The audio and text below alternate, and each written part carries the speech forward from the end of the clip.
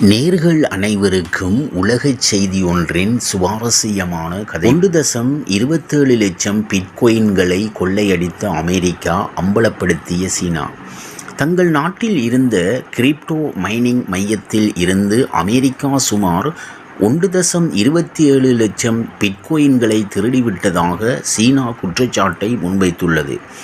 இதன் தற்போதைய இந்திய மதிப்பு ரூபா 116 கோடி லட்சம் ஆகும். அமெரிக்காவுக்கும் சீனாவுக்கும் இடையே கடந்த சில காலமாகவே மோதல் நிலவி வரும் நிலையில் சீனா இந்த குற்றச்சாட்டை முன்வைத்துள்ளது.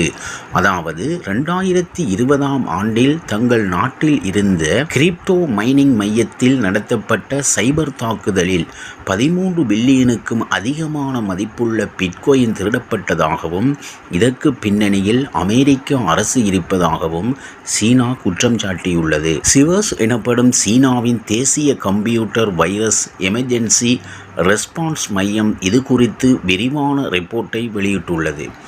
சிவர்ஸ் எனப்படும் சீனாவின் தேசிய கம்ப்யூட்டர் அதில் அப்போது உலகின் மிகப்பெரிய கிரிப்டோ சுரங்க நிறுவனங்களில் ஒன்றான லூபியனிடமிருந்து 1,27,272 பிட்கோயின்கள் திருடப்பட்ட நிலையில் அந்த சைபர் கேக்கிங் நிகழ்வுக்கு அமெரிக்காதான் காரணம் என தெரிவிக்கப்பட்டுள்ளது.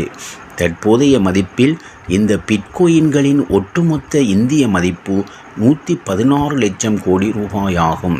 சிவர்ஸின் அதிகாரப்பூர்வ விசாட் கணக்கில் இது தொடர்பான முறைப்பாடு வெளியிடப்பட்டது.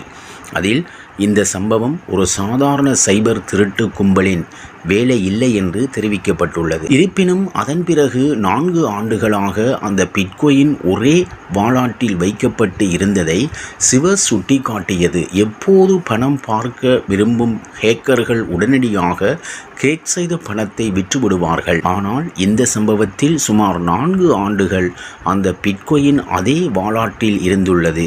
இதை வைத்து பார்த்தால் அது ஒரு கேக்கிங் அமைப்பால் திட்டமிடப்பட்டு நடத்தப்பட்ட ஒரு துல்லியமான நடவடிக்கை போலவே தெரிகிறது. சீனாவில் பிறந்த கம்போடிய கோடீஸ்வரரும் பிரின்ஸ் என்ற குழுமத்தின் தலைவருமான சென் இச்சி மீது அமெரிக்க நீதித்துறை பல்வேறு குற்றச்சாட்டுக்களை முன்வைத்துள்ளது.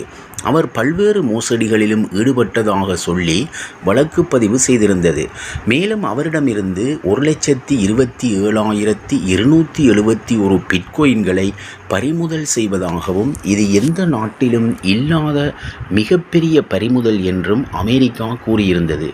சரியாக சீனா கிரிப்டோ மையத்தில் இருந்து எவ்வளவு பிட்கோயின் திருடப்பட்டதோ அதே அளவு பிட்கோயின் 4 ஆண்டுகள் கழித்து பறிமுதல் என சொல்லப்பட்டு இருப்பதாகவும் சீனா கூறுகிறது. மேலும் இந்த பிட்கோயின்களை எப்படி கைப்பற்றப்பட்டது என செந்தரப்பு வழக்கறிஞர்கள் கேட்டபோதும் அது குறித்த தகவல்கள் அமெரிக்கா நீதித்துறை பகிர்ந்து கொள்ள மறுத்துவிட்டது என்பதையும் சீனா சுட்டிக்காட்டுகிறது. வெளிநாடு ஒன்றில் கொடூரமாக கொலை செய்யப்பட்ட இலங்கையர். இஸ்ரேலில் வேலைவாய்ப்புக்காக சென்ற இலங்கையர் ஒருவர் கொலை செய்யப்பட்டுள்ளார். 2 மாதங்களுக்கு முன்னர் நிர்மாணத்துறை வேலைக்காக இஸ்ரேலுக்கு சென்ற 38 வயது இலங்கையரே இவ்வாறு கொலை செய்யப்பட்டுள்ளார். இஸ்ரேலில் வசிக்கும் ஆபிரிக்க வம்சாவளியைச் சேர்ந்த ஒருவரால் அவர் கொல்லப்பட்டதாக இலங்கைக்கான இஸ்ரேலிய தூதர் நிமல் பண்டார தெரிவித்துள்ளார். சமூக ஊடகங்களில் வெளியிட்ட பதிவில் அவர் இதனை குறிப்பிட்டுள்ளார். நேற்று இரவு இந்த கொலை நடந்ததாக தகவல் வெளியாகியுள்ளது. இஸ்ரேலிய போலீசாரின் இன்டர்போல் பிரிவு இந்த சம்பவம் குறித்து விரிவான விசாரணை நடத்தி வருகின்றது. மேலும் கொலை செய்யப்பட்ட நபர் இலங்கை அரசாங்கத்தினால் வழங்கப்பட்ட பணி விசா மூலம் இஸ்ரேல் சென்றவர் என தெரிய வந்துள்ளது தெரிவிக்கப்படுகின்றது. இவ்வாறாக உலகச் செய்திகளின் சுவாரஸ்யமான கதைப்பகுதி உங்களை காத்திருக்கிறது. மீண்டும் சந்திப்போம்.